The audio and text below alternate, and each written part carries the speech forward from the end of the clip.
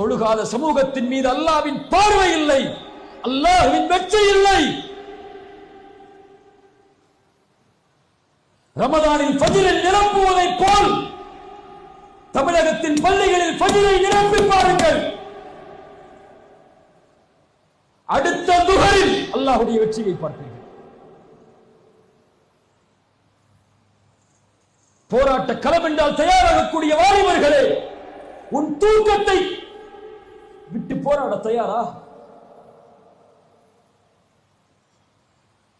நாளை மறுமையில் விசாரிக்கக்கூடிய முதல் விசாரணை அஸ்ஸலா. பேர் என்ன? பேர் என்ன ஜி? ஹக்கீம் பாய். நாளைக்கு மறுமையில் அல்லாஹ் விசாரிக்கக்கூடிய முதல் விசாரணை அஸ்ஸலா. பேர் என்ன? ராஃபியா. யா ராஃபியா, நாளை மறுமையில் அல்லாஹ் உன்னை விசாரிக்கக்கூடிய முதல் விசாரணை அஸ்ஸலா. பேர் என்ன? ஹுசைன்.